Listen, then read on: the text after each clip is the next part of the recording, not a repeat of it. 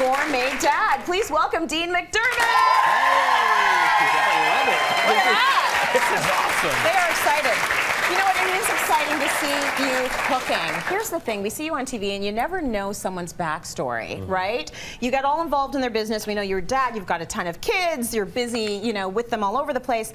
But you actually grew up here in Toronto. In Toronto, in the hood. Toronto, Canada, literally in the hood. So in subsidized housing. Yeah.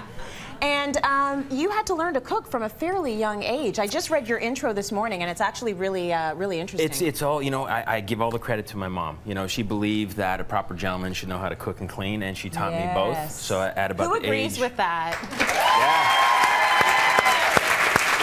So I really gravitated towards the cooking because I love the time that we got to spend together. Right. You know, I have memories of making, you know, Betty Crocker box cakes and then sitting and watching Carol Burnett with her afterwards. You know, so and then it's just been a part of my life. It's afforded me, you know, to be able to pay the rent and stuff as an actor. I worked in a lot of kitchens at night, so cooking has always been in my life. And then the opportunity came to launch the Gourmet Dad website, and then it turned into a cookbook.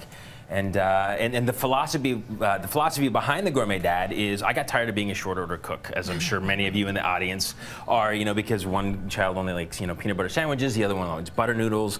So instead of being a short order cook and making all these different meals, it's like, okay, let's make a gourmet meal for the grown-ups using the same ingredients with a few omissions and tips and tricks, make it kid friendly. So you're not chained to the stove and you get to spend more time as a family eating instead of cooking.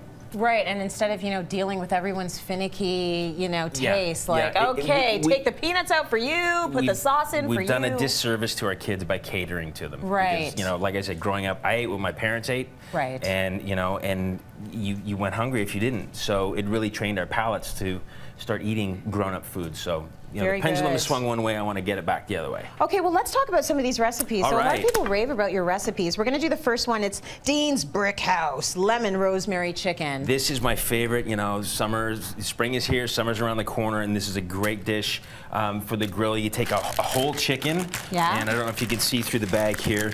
You cut the spine out of it, so you can flatten it out like that on the grill. Okay. So, get the juice and the zest of 4 lemons. Good catch. That's what happens in a real kitchen. I used to be a goalie, so I've got pretty good hands. So you got the juice and zest of 4 lemons. I got some oregano in here. I got some shallots, some little salt and pepper. Put that in food processor or a blender. Let that marinate for minimum of an hour, up to 12.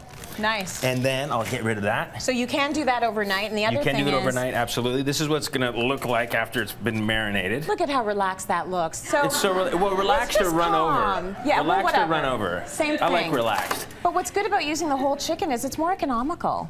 It is. It's cheaper than buying breasts and thighs and legs. It's just... And you know, this is it's so much fun. The kids get a kick out of seeing like the run over chicken. Fire up the grill, get it on a medium-high heat, and I like to start with it skin side down, get a nice sear on it, get some color on there, and then get some bricks. You can go to the hardware store. These are literally bricks. Okay. 50 cents. It's a cheap kitchen investment. Wrap it in tin foil. Put it on your chicken. It flattens it out, gets all the parts of the chicken nice and pressed into the grill. We get some nice caramelization. Throw on some lemons, brush them with a little bit of olive oil and some sugar. Nice. Get those nice and grilled because they get really nice and it almost turns into a jam. Yeah, they get nice and thick. So we're gonna finish that off, finish the chicken off with these afterwards. Okay. So this one is done. So all you have to do is then segment all the parts here, and you're going to serve it family style, which is a lovely way to serve. It's a more casual way to serve. It's good when you got a lot of kids. It's just a great way to eat. Yeah. Family style. You going to teach us how to do it the right way? Look, this one came off for me already. Oh, there you go. So fall off the bone tender is what it is. You want to find the joint, right? So just make a little insert there. I'm going to bend this back. It always sounds a little gross, but come on, we all do it. Right, there we go. Find the joint and find the joint and just snap it. Ooh, here we go. We got a little chicken juice on my shirt. Nice. So again, find the joint, give it a little pry, and there we go. And now the pickiness comes out because the kids can pick which part they want. They can pick, right? You can be the leg. My kids love the legs. Stella loves the thighs. She really likes the dark meat. Yeah. Hattie and Finn like the white meat. They like the breast.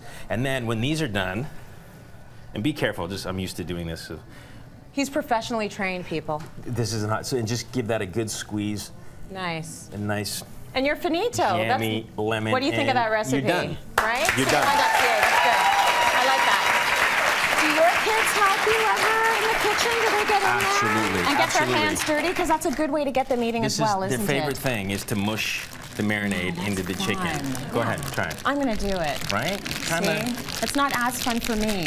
Really? Really? I kind of like it. It's kind of nice. therapy, chicken therapy. Chicken therapy. So speaking of chicken, and you know, I know for my family, my mom knew how to do chicken like a gazillion ways. It's a low-cut piece of meat to work with. It's economical and it fills you up.